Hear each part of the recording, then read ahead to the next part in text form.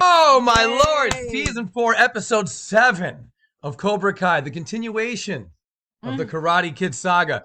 This is a significantly better episode than the last one, I think. I agree. Last one had its moments, but overall the pacing was weird. wasn't the greatest episode.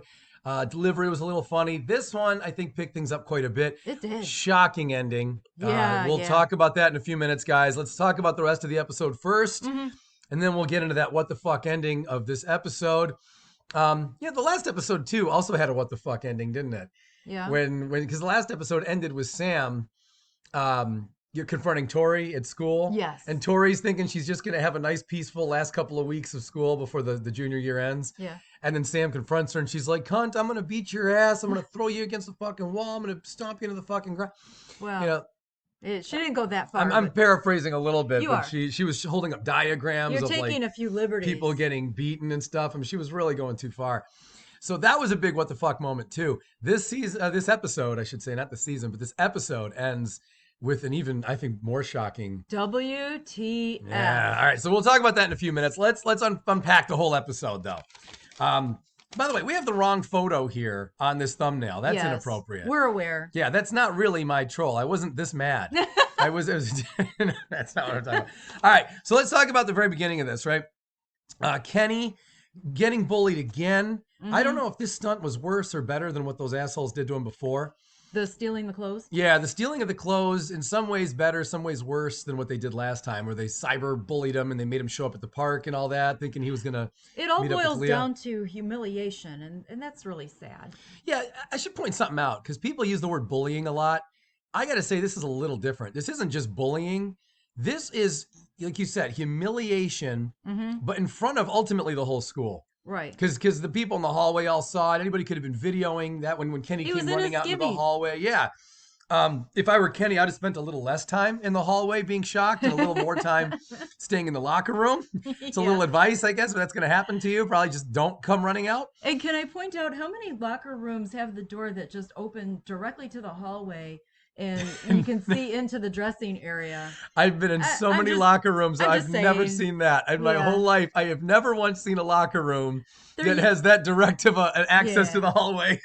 they're usually a more strategically designed. But I get it though. It's a TV show. It's how it goes. I'm just the going show with is. it. This is an indication of how cheap the show is. Honestly, not to get on a tangent about that, but this show has always been cheap.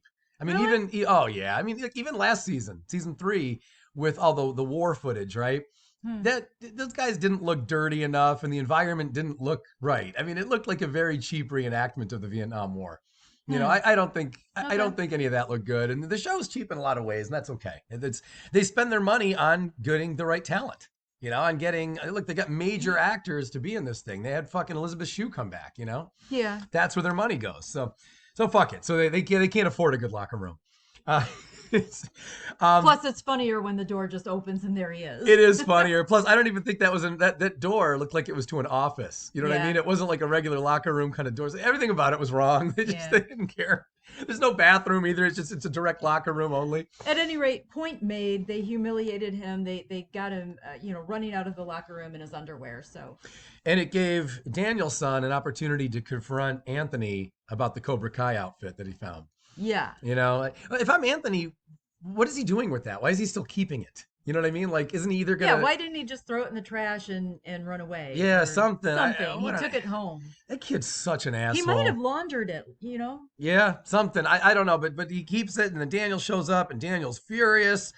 I actually think this was a missed opportunity where Daniel could have been more pissed, because you could have done a whole episode or two about Daniel stewing that he thinks Anthony is joining Cobra Kai. Oh, yeah. And you could have done so much with Daniel. Just, can you see him in the kitchen just pacing with Amanda? And he's like, God damn, I can't believe he joined Cobra Kai. This could have been a huge thing. And Daniel could have been, they could have sitcomed it out more. Yeah. Where Daniel keeps saying, Anthony, anything you want to tell me? They could have been hinting around it. And Anthony could have been like, no, nothing I want to tell you, Dad. Fuck you. Mm-hmm. But anyway, they didn't go that route. Again, the show likes to keep things moving quickly. I think this would have been fun to explore for a little while. I thought it was interesting how quickly Daniel just abandoned the question of why do you have this Cobra Kai t-shirt, because all Anthony said was, well, there's this kid at school. That was all Daniel needed to hear, and bam, he switched gears. And what did they do to you? Are you okay? We're gonna take care of this. Like, Daniel, you're still forgetting, why does he have a Cobra Kai t-shirt? He didn't. Daniel Like, didn't. there's I know. more to it than Why would he have the bully's clothes? Right. Does that make any sense to you, Daniel? I mean, honestly. So okay, this kid's been picking on me at school. He's been abusing me, and then he gave me his sweatshirt. Like, does that make any fucking sense, So- Karate Kid? this whole season, but this episode in particular just really gets into like getting into everybody's psychology, and Anthony like knows that all he has to say is, well, there's this Cobra Kai kid that's bothering me. That flips Daniel's psychology on a dime, and it worked. Speaking of psychology, you're making a good point. Then we see Kreese and Terry Silver in their final time before the big flip happens here. Is when they get into this whole thing with the students and this lesson over how everybody has a weakness, and this changes the fucking whole dynamic with them forever now. They have been friends for decades. One little offhanded comment from Terry Silver and Kreese flipped. But it was more than that. It wasn't just the comment, what he said about as everybody has a weakness. First of all, I love how Tori says Sensei Kreese doesn't. Yeah. Tori and Kreese have a really sweet relationship. Yeah. I don't want to get too much into that, but I love that those two really, really care about each other. Mm-hmm. And she doesn't want to think for a second that Kreese has any weakness at all. She doesn't buy that. Yeah. And at the same time, he excuses her, and we'll talk about that in a later episode, but he excuses any little sign of weakness or anything from her. You know? She really looks up to him, and he is very paternal with her. He's very protective of her at his very core, and that is adorable. Yeah, that's a sweet thing to add. I really like that in this season. It really humanizes him, and I really like that part of the story. Yeah, that's super sweet. So I love what happens here between Silver and Kreese, where every time when they've got this bet going over the 6-pack, and when Kreese gets to choose a fighter, what does he do? He always chooses a strong fighter, right? He chooses Robbie. He chooses Park. Piper. Piper. No. He didn't choose Piper. He chose Tori. Yeah, Tori. Sorry.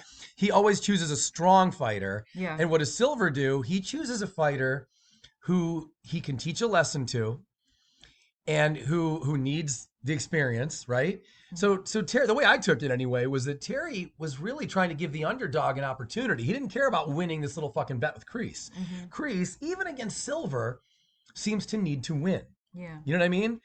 So he wants to make sure he always chooses the stronger fighter. And in the end, what did Silver do? He outsmarted Kreese by having Kenny pull that little stunt with Robbie, right? Where he played on Robbie's weakness, that Robbie was going to feel bad for Kenny.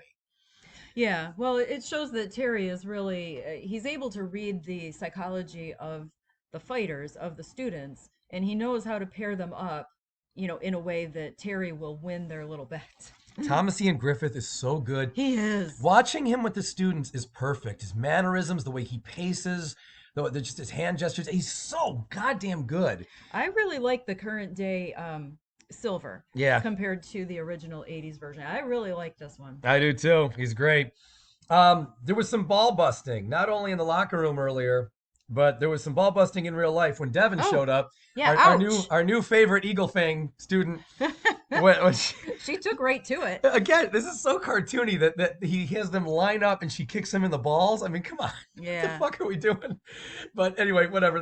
She is so good on the show. That character just fits Johnny so perfectly for Johnny to have a smart sidekick. I agree. Oh my gosh. She's kind of his voice of reason. Yeah. But at the same time, she's very badass. Yeah, she's a complete she's perfect on the show. Yeah. She's so good. So her kicking everybody in the balls I thought was hilarious. Loved the moment right before all that Johnny has with Miguel, where he pulls him out of school and he's just trying to have a heart-to-heart with him once again. Johnny's constantly coming to Miguel and trying to say, look, here's more about me. Yeah. And Miguel is kind of always like, is sure you want to tell me all this? You sure, Sensei? This is personal shit. It's been going on since season 1. And in pretty much every season, there's at least one moment like this. And I thought this was one of the best ones between them. I agree. Really good stuff. Anthony. Once again, I hate this kid so much. I know he's young, but what a prick. Aw. Anthony scamming on the bird shit lesson. If you want to learn karate, you're going to clean some bird shit, especially if Daniel's involved. Right. And when I actually was fooled for a quick second when you see that the cars were all cleaned. Yeah, we were all shocked. For a second, I really thought, wow, Anthony's really going to rise up and do this. And there's going to be some kind of speech about how he's learning his way. And then you find out that he paid someone. What an asshole. What? This kid is such a little prick. He's being an adolescent. Well, whatever. So then, of course, an adolescent with a dad's credit card. You got to learn the bird shit lesson. The bird shit lesson.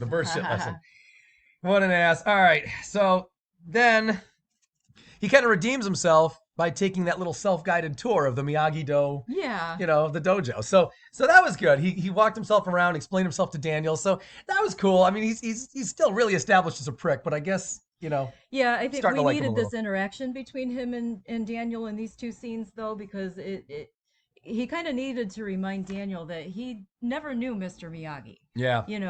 He doesn't have that influence, and Daniel just treats him as if he does. Yeah, that's true. Daniel, as usual, always forgets this shit. The thing is, though, right as he's starting to be potentially redeemed, at least in the audience eyes, then we go and we have the library beatdown, where once again, I know he went up to Kenny trying to apologize and clear the way. Kenny owes him nothing. I don't blame Kenny at all. He's like, I got nothing to say to you. You're a stupid piece of shit. I hope that your whole family just succumbs to some sort of cancer. I hope everybody, I'm exaggerating again. This isn't exactly what he said, but it's very similar. And then of course, Kenny gets, what's his name? Anthony gets pissed off because Lapusso comes into it. He really is he's very triggered. He does not go for the Lapusso thing. No. So yeah, the library beatdown was really interesting. I love seeing that little blonde-haired kid get hit. Can we not abuse in a library, please? It's a sacred place.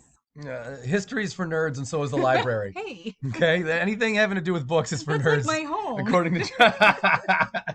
Anyway, look. Let's hurry up. Let's talk about the final scene that really matters here. The real what? What the fuck? This changed everything. Yeah. Silver and Kreese have always been so tight, and now, by the way, did you notice that Kreese, when they went double or nothing, Kreese still only paid him back with 1 6-pack. So that's not double or nothing. It's supposed to be double or nothing, and he got 1 6-pack. So that's not right.